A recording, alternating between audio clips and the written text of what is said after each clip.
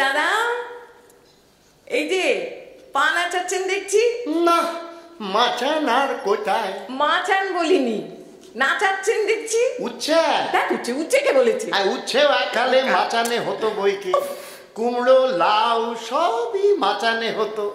এখন আমার ছোট বাড়িতে অত ঠাঁই কোথায়? উঠোনেই লতিয়ে বাড়ছে, ফল ফলাচ্ছে। সত্যি বুড়োর কর্ণপটাও আজ দেখছি একেবারেই ফাংশন করছে না, টোটালি নন ফাংশনিং।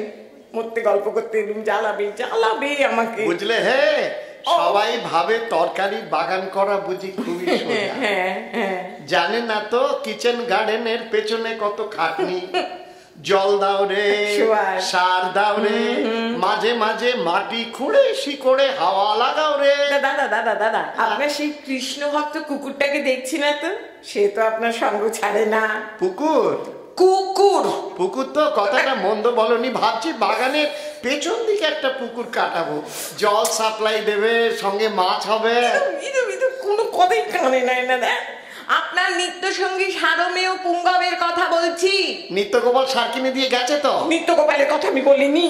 আরে বাবা, সার ছাড়া কি বাগান রাখা যায় নাকি? সংসার যেমন রসে বসে থাকলে শোভন, তেমনি তরকারির বাগান করাও একেবারে যাকে বলে সারে গোবরে জেল্লা দেয়। দাদা মর্মে মর্মে বুঝেছি। গরমে পটল কুমড়ো লাউ। গরম আমি বলিনি। তুই বাগানটা একবার ঘুরে দেখে যাও না। না, আমার তাড়া আছে। তাছাড়া এত সীমিত সময় বাজে বকা। সিমও হয়েছে তো? সিমের কথা বলিনি বাবা, বলিনি। সিম তো হয়েছে, তাছাড়া বেগুন অবশ্য ফলন কম, তবে সাইজে বড়, বুঝলে না? বেনারসি বেগুন কিনা। ফাদার ইম্পসিবল, কোথা থেকে কোথায় নিয়ে ফেলবে কে জানে। আমি বাবা কেটে পড়ি। আজকে চলি দাদা, আজকে চলি। আপনার বাড়ির সব ভালো তো? ছেলেপুলেরা সব? মাঝে মাঝে হয়, পুড়িয়ে খেয়ে ফেলি।